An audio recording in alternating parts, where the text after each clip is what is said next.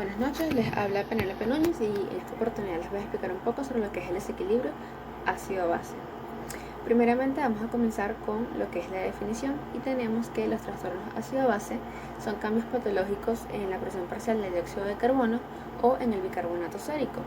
Que cualquier alteración en uno de estos parámetros van a producir alteraciones en los valores de pH arterial. Entonces, ¿cuáles son los tres elementos principales del equilibrio ácido-básico? Pues ya los nombré, y es el pH, la presión parcial de dióxido de carbono y la concentración del bicarbonato en plasma. Tenemos que saber que la presión parcial de dióxido de carbono es regulada por la ventilación pulmonar, es decir, esto es un componente respiratorio, mientras que la concentración de bicarbonato en plasma es regulada por el riñón y es un componente metabólico. Para poder mantener estable el pH, tanto la presión parcial de dióxido de carbono como el bicarbonato han de estar compensados entre ellos mismos. Entonces, debemos conocer los valores normales de estos parámetros. El pH, que es un logaritmo de la concentración de hidrogeniones, tiene un valor normal de 135 a 745, mientras que la presión de CO2, el valor normal va de 35 a 45 milímetros de mercurio y él va a reflejar lo que es la respuesta respiratoria, como les comenté anteriormente. Mientras que el bicarbonato, esto no es más que la concentración plasmática, o sea, sus valores de concentración plasmática van de 21 a 28 miliequivalentes por litro y esta va a reflejar lo que son los sistemas de tampón. Por último tenemos lo que es el hiato iónico, el anion gap, que esta expresa más que la diferencia entre los aniones y los cationes del plasma, y sus valores normales van de 8 a 12. Para poder calcular el anion gap tenemos una pequeña fórmula que es los valores normales de sodio o el valor obtenido del paciente menos el valor obtenido del paciente de cloro más la sumatoria del bicarbonato. El valor que se obtenga en esta resta debería ser de 8 a 12 como valor normal. Sin embargo, hay alteraciones del desequilibrio ácido-básico que que los valores del anion gap pueden ser menor o mayor, y esto va a tener nos va a ayudar para llegar al diagnóstico del trastorno ácido-base. Ok, entonces, siempre que tengamos un trastorno del desequilibrio ácido-base, tenemos que preguntarnos de qué trastorno se trata. ¿Es adecuada la compensación? ¿Y cuál es la causa? Es decir, ¿qué nos está generando este desequilibrio? ¿Verdad? Entonces, analizando el pH, vamos a distinguir si se trata de una acidemia, si es un pH menor a 7,35, o si es una alcalemia cuando tenemos un pH mayor a 7,45. Y analizando lo que es el PCO2, vamos a distinguir si es un problema respiratorio, y con los valores del bicarbonato saber si es un problema metabólico. Entonces, como ya les indiqué, los trastornos del equilibrio ácido-base se definen como metabólicos o respiratorios, y esto va a depender de acuerdo al contexto clínico y con el origen del cambio primario en el pH, que puede ser por una alteración de la concentración sérica del bicarbonato o por una modificación de la PCO2. Entonces, siempre que tengamos un trastorno metabólico, la compensación será respiratoria, y cuando es un trastorno respiratorio, la compensación será metabólica. Ahora bien, entrando un poco más en materia, vamos a comenzar definiendo lo que es la acidosis metabólica, que esto no es más que un trastorno del equilibrio ácido-base que es producido por una disminución del pH sanguíneo, es decir, que tenga un valor menor a 7,35, y va a ser causado por una disminución primaria, es decir, el origen es por el bicarbonato, va a ser causado por una disminución primaria de la concentración del bicarbonato. Y como medida compensatoria, vamos a tener alteraciones a nivel respiratorio teniendo una disminución de la presión del CO2. ¿Cuáles son las causas de la acidosis metabólica?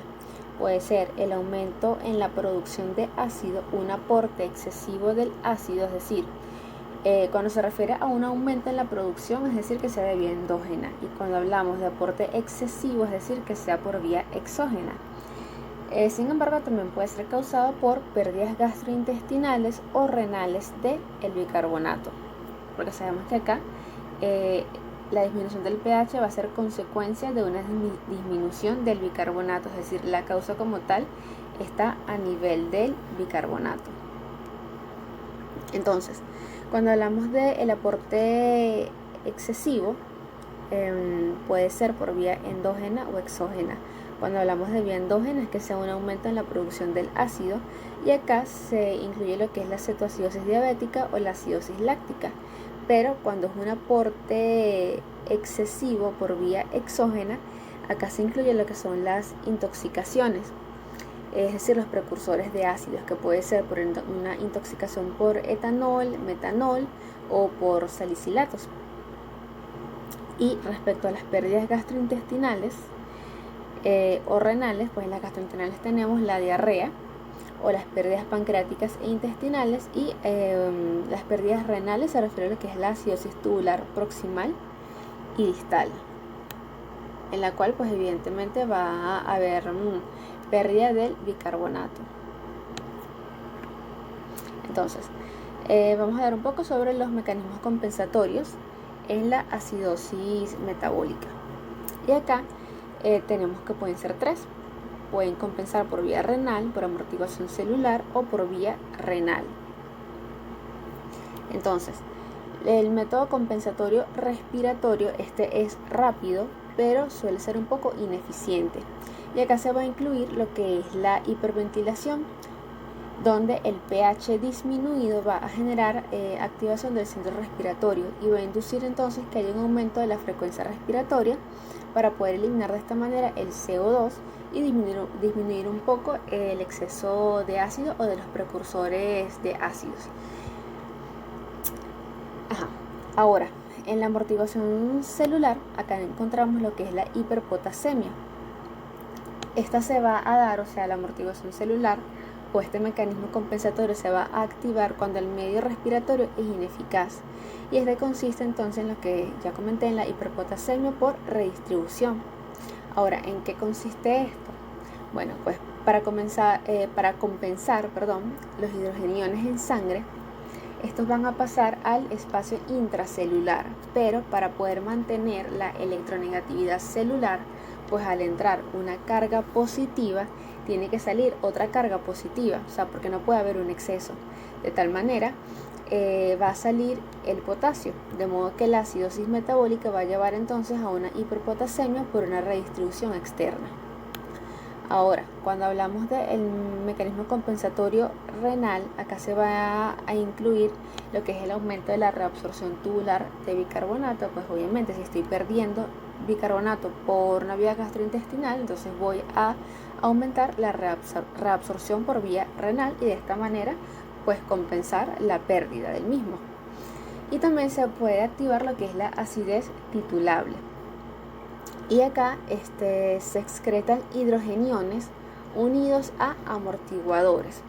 Es decir, la acidosis va a estimular lo que es la acidez titulable. Se activa lo que es la bomba sodio-hidrogenión, produciendo entonces una excreción de los hidrogeniones que van a estar unidos a un amortiguador, que en este caso es el ácido fosfórico. Y se une, o sea, el hidrogenión se va a unir a un amortiguador para que no se acidifique tanto el medio y de esta manera no se vayan a lesionar las vías urinarias pues por la acidez del mismo. Ok, ahora vamos a hablar un poco sobre lo que es el anión GAP, ¿verdad? Cada vez que hablamos de acidosis metabólica se va a utilizar lo que es el término anión GAP. Yo les indiqué anteriormente que esto indicaba lo que era una diferencia entre los cationes y los aniones presentes en el plasma, ¿verdad? Pero él nos va a indicar también los aniones que no se miden en condiciones normales en sangre. Tenemos que recordar que en el organismo ahora tenemos cargas tanto negativas como positivas, y que estas deben estar equilibradas. El principal catión en sangre es el sodio, mientras que los aniones principales son el cloro y el bicarbonato, de modo que la resta entre aniones y los cationes pues debe ser 0. Ahora, si existe una diferencia, entonces se va a decir que estos son los aniones, o sea, el valor que dé, son los aniones que no puedo medir en condiciones normales en sangre. Y bueno, la fórmula es la que ya les indiqué, que se encuentra presente nuevamente en esta lámina, que es el valor normal de sodio menos la sumatoria del valor normal, o el que tiene el paciente, de cloro más el de bicarbonato. Y esta resta debería dar un valor que debe oscilar entre 8 a 12. Sin embargo, se puede presentar casos que sean menor a 8 o mayor a 12. Y pues el anion gap nos va a permitir distinguir entre el origen de la acidosis metabólica, si es renal o si es extrarrenal. Entonces, tenemos la acidosis metabólica con anion gap aumentado o normocloremia. ¿A qué se refiere esto? En estos casos es cuando predomina lo que es la ganancia de ácidos, ¿verdad? O sea, aquí no hay, o sea, el valor del cloro no se encuentra alterado, o no hay alteración respecto a los aniones no medibles en sangre. ¿Qué quiere decir esto? Pues que la acidez es causada por una ganancia de ácidos, que puede ser por vía endógena o exógena. Cuando es endógena, acá hablamos de lo que es que puede ser por cetoacidosis diabética o puede ser por acidosis láctica, y cuando predomina la ganancia de ácidos por vía exógena, puede ser por intoxicación por etanol o por salicílicos, ¿verdad? También tenemos entonces lo que es la acidosis metabólica con anion gap normal o hiperclorémica, y acá es cuando hay un predominio de pérdida de bicarbonato, es decir, que la acidez no es causada porque hay un exceso de ácido, sino porque se está perdiendo base. Entonces el descenso del bicarbonato se va a acompañar de una elevación proporcional del cloro plasmático. ¿Por qué razón sucede esto? Bueno, para poder mantener la relación entre las cargas negativas y positivas. Entonces se va a aumentar lo que es la reabsorción del cloro, que este es un anión, debido a que hay pérdida de bicarbonato, que también es un anión. ¿Dónde se puede presentar esto? En los casos que son, o sea, la acidosis metabólica es causada por una pérdida digestiva o renal. Entonces, las manifestaciones clínicas de la acidosis metabólica, pues los síntomas son muy inespecíficos, y acá encontramos lo que es la respiración de Kussmaul, que quizás es el signo clínico un poco más específico, pero también tenemos sintomatología muy inespecífica, valga la redundancia, como es la hipotensión, la taquicardia o alteraciones en el sistema nervioso central, tales como cefalea, deterioro del estado mental, confusión, estupor e incluso llegar al coma en algunos casos. Esto es un pequeño algoritmo en el cual me va a orientar a la causa de la acidosis metabólica, trabajando con los valores de anion gap. Entonces, si tenemos un anion gap normal, este me va a indicar que hay pérdida de bicarbonato y que la acidosis metabólica es hiperclorémica. Entonces me indica cómo puede ser la carga neta urinaria, que puede ser negativa o positiva, y acá me indica, si es negativo, las posibles causas, que sea una pérdida de bicarbonato por vía renal, donde se indica la acidosis tubular, el hipoaldosteronismo, la insuficiencia renal, pero cuando es positivo indica que es una pérdida extrarrenal, como las causas que se indican acá, que más que todo son gastrointestinales. Ahora, cuando el anion gap está elevado, me indica que hay un exceso de ácidos, es decir, hay una cetonemia, que puede estar normal o elevada. Cuando es elevada, o sea que hay un exceso de cuerpos cetónicos, pues me indica que puede ser por una cetoacidosis, y cuando esos cuerpos cetónicos se encuentran normales, entonces el exceso de ácidos, pues obviamente no es por cuerpos cetónicos, sino es por acidosis láctica, que puede estar, el ácido láctico puede estar dentro de los valores normales, que entonces me dice que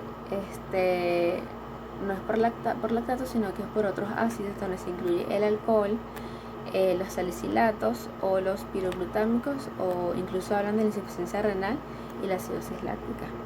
y cuando el ácido láctico está elevado, pues me indica que ya específicamente pues si es una acidosis láctica y puede ser de tipo A o tipo B.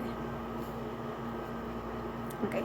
Luego tenemos lo que es la alcalosis metabólica, y esta es un trastorno que se caracteriza por un pH y por un bicarbonato elevado, es decir, un pH mayor a 7,45 y una concentración sérica de bicarbonato mayor a 28 miliequivalentes por litro.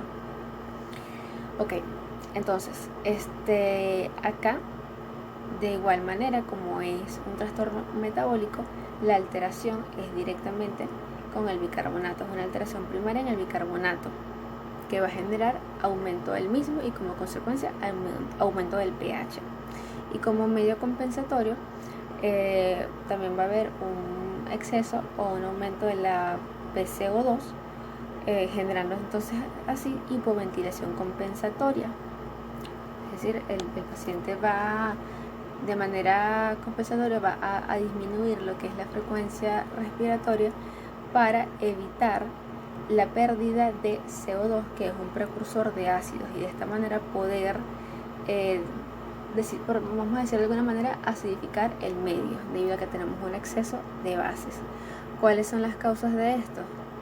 Bueno, puede ser por una pérdida de ácido, donde se incluyen las causas digestivas y renales. La causa digestiva generalmente es la diarrea, y puede ser también por un aumento de álcali, es decir, que haya una administración de bicarbonato, lo que evidentemente va a hacer que aumenten las concentraciones plasmáticas del mismo. Respecto a los mecanismos compensatorios de la alcalosis metabólica, tenemos tres igual: respiratorio, celular y renal.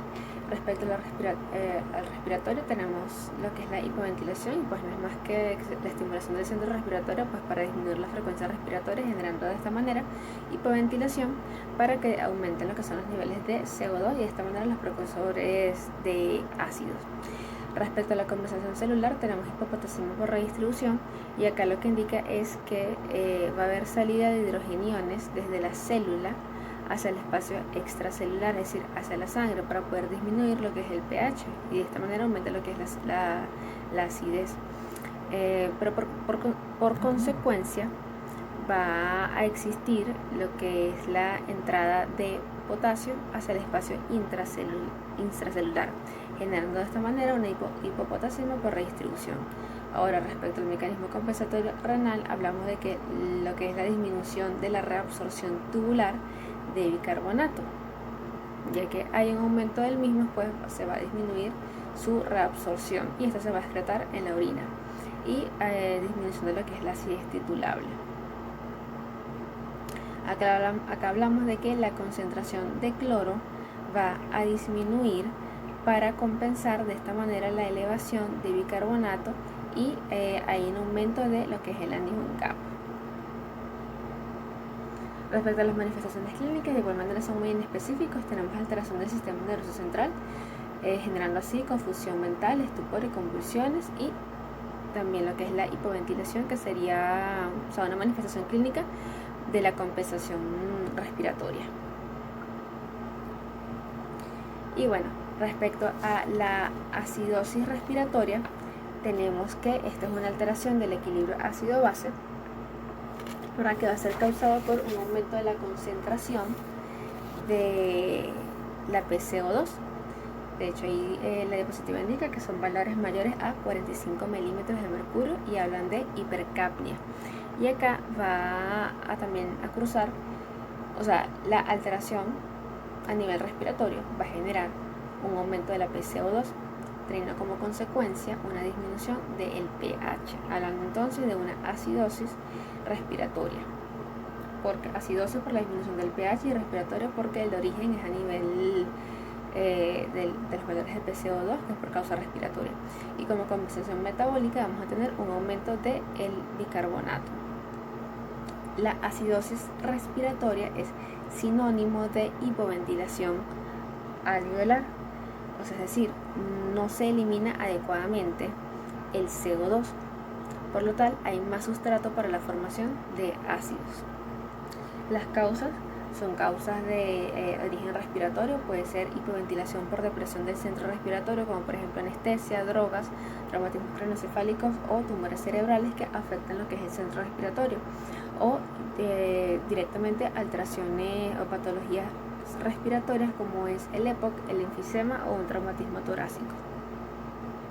Y respecto al mecanismo compensatorio, tenemos que acá no se habla de un método de compensación respiratoria debido a que este es el de la alteración, sino que hablamos de compensación renal, en el cual en este caso hay aumento de la excreción urinaria de amonio, ácido titulable y cloro para generar aumento de el bicarbonato, y de esta manera pues poder disminuir un poco lo que es los niveles de ácidos.